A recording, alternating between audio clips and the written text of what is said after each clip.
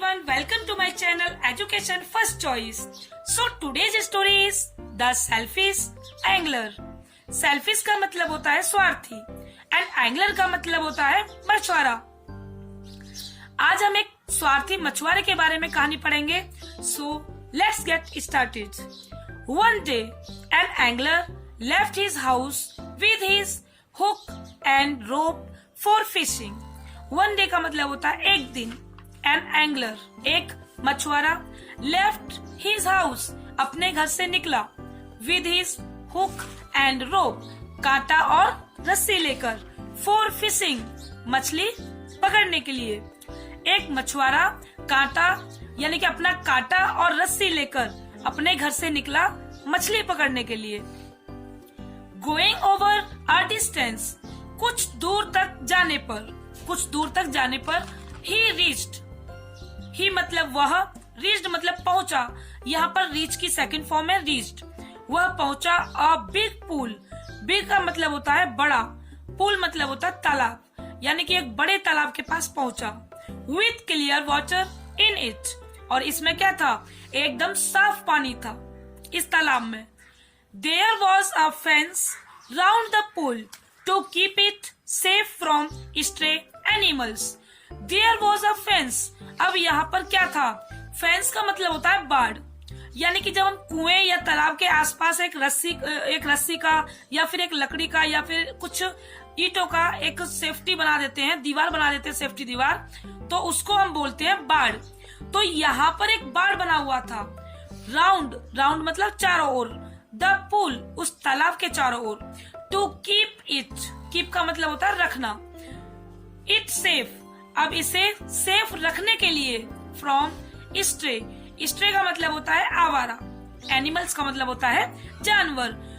तो इसका मतलब क्या है, इस तालाब के चारों ओर क्या बना हुआ था, एक फेंस बना हुआ था, एक बाड़ बना हुआ था, इसे आवारा जानवरों से सेफ रखने के लिए, सुरक्षित रखने के लिए, कि कोई आवारा जानवर आके वहां पर उस पानी को, जो तालाब का पानी है, उस पानी को गंदा न करे, इसलिए वहां पे क्या बना रखा था, वहां पे बाड़ बना रखा था। A village stood not very far from the pool जो गांव था वो उस पूल से ज्यादा दूर नहीं था, यानी कि पूल के पास में ही एक गांव था। The people of this village, people मतलब लोग, ऑफ दिस विलेज का मतलब होता है गांव, यानी इस गांव के जो लोग थे, वो क्या करते थे, यूज्ड द वाटर उस पानी को यूज करते थे, ऑफ द पूल उस तालाब के पानी को, फॉर ड्रिंकिंग किसके लिए यूज करते थे, पीने के लिए। तो जो पूल के पास में, जो तालाब के पास में गांव था, उस गांव के लोग जो थे उस तालाब के पानी को पीने के लिए यूज करते थे। इसलिए दे हैड फेंस्ड उन्हें ये फेंस्ड बनाना पड़ा, उन्हें ये बाड़ बनाना पड़ा, इट केयरफुली सावधानी से। The angler did not care for the fence अब जो मछुआरा था जब इस तालाब के पास पहुंचा, केयर मतलब परवाह करना, इसने इसकी परवाह नहीं की, फॉर द फेंस किसकी परवाह नहीं की, फेंस की, जो लोगों ने सेफ्टी के लिए बाड़ बना रखा था, उस फेंस की यानी कि उस बाड़ की इस मछुआरे ने कोई भी परवाह नहीं की। ही सॉ उसने देखा, ही मतलब उसने, सॉ मतलब देखा, सी की सेकंड फॉर्म है, सी मतलब होता है देखना और सॉ मतलब देखा। दैट कि the pool was abounded with fishes कि इस तालाब में क्या थी, बहुत मछलियां थी, बहुत सारी मछलियों को इसने देखा। बिग एंड स्मॉल इसमें बड़ी भी थी और छोटी भी थी। इसलिए ही set down at the bank of the pool and threw his hook into it अब इसने क्या किया, इसलिए ही सेट डाउन, सिट डाउन का मतलब होता है बैठना, यहाँ सिट की सेकंड फॉर्म है, सेट डाउन बैठ गया, एट द बैंक का मतलब होता है किनारा, तो वहां पर उस तालाब के किनारे या बैठ गया। एंड थ्रो का मतलब होता है फेंकना, थ्रो की सेकंड फॉर्म होती है थ्रू, तो इसने फेंका, हिज हुक अपना काटा, इनटू इट किसमें फेंका, उस तालाब में। देन तभी ही बिगन टू स्टिर और तब इसने क्या कर दिया, ही बिगन इसने शुरू कर दिया, टू स्टिर उसे हिलाना, द वाटर यानी कि जो तालाब का पानी था उसको हिलाना इसने शुरू कर दिया अपने कांटे से। टू डिस्टर्ब द फिश अब जो इसमें मछलियां थी तालाब में, उन मछलियों को डिस्टर्ब करने के लिए, परेशान करने के लिए इसने उस तालाब के पानी को हिलाना शुरू कर दिया मछुआरे ने। ही न्यू, वह जानता था। नो मतलब होता है जानना, यहाँ पर नो की सेकंड फॉर्म है न्यू। तो वह जानता था दैट कि जो फिश है, फिश वुड रन, फिश क्या करेंगी, इधर उधर दौड़ेंगी। वुड रन, वो दौड़ेंगी टू द हुक, किसकी तरफ, हुक की तरफ, कांटे की तरफ। And get hooked to it one by one, और क्या हो जाएगा, यानी कि जो मछलियां हैं वो कांटे की तरफ दौड़ेंगी और उस कांटे में एक एक करके फंस जाएंगी। But stirring made the water muddy and unfit to drink. लेकिन स्टीयरिंग, जब ये लगातार वो उस पानी को हिला रहा था, तालाब के पानी को, तो इसने अब क्या कर दिया, पानी को एकदम से मडी, यानी कि एकदम कीचड़ भरा कर दिया, एकदम गंदा कर दिया उसको। एंड अनफिट टू ड्रिंक, अब ये पानी कैसा हो गया, ये पीने के लिए अनुपयुक्त हो गया, यानी कि ये पीने लायक नहीं रहा, अनुपयुक्त हो गया, यानी कि अब ये अनफिट था, अब ये पीने लायक पानी नहीं था। सडनली, अचानक, a villager happened to come there. अब यहाँ पर एक गांव वाला, विलेजर होता है गांव में रहने वाले लोग जो होते हैं, उन्हें हम विलेजर कहते हैं। तो एक गांव वाला हैपेंड टू कम देयर, वहां पर आया। ही सॉ, उसने देखा। अब उसने क्या देखा, उसने देखा the angler mudding the water and requested him not to do that. अब उसने देखा कि जो मछुआरा है वो मडिंग, वो क्या कर रहा है, उस पानी को एकदम से गंदा कर रहा है।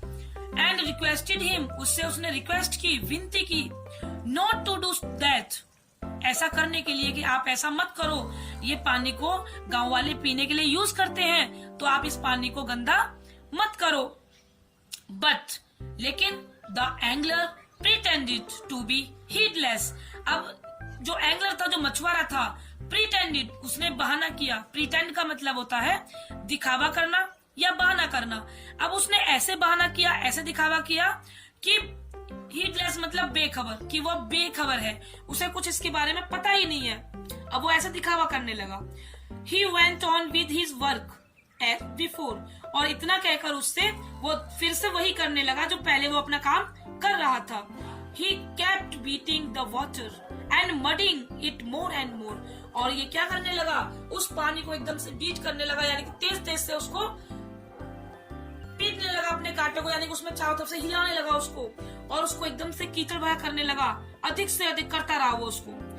The villager went to the village, अब जो गांव वाला था, जो उससे मना कर रहा था कि आप ऐसा मत करो, अब उसकी बात इसने नहीं मानी मछुआरे ने। अब वो मछुआरे ने, उस गांव वाले ने क्या किया, जो गांव वाला था वो वापस कहाँ गया, went to the village.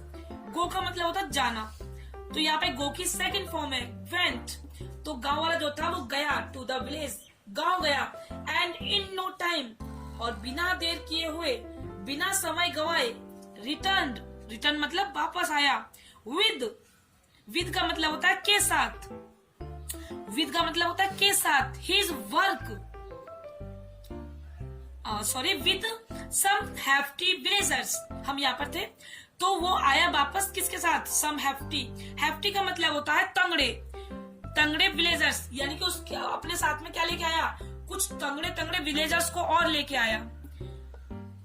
They had strong thick sticks in their hands.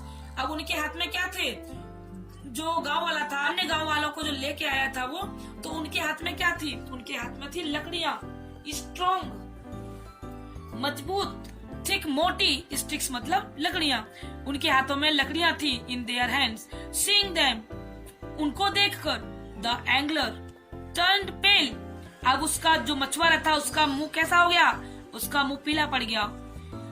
Even before the villagers asked the angler to stop angling.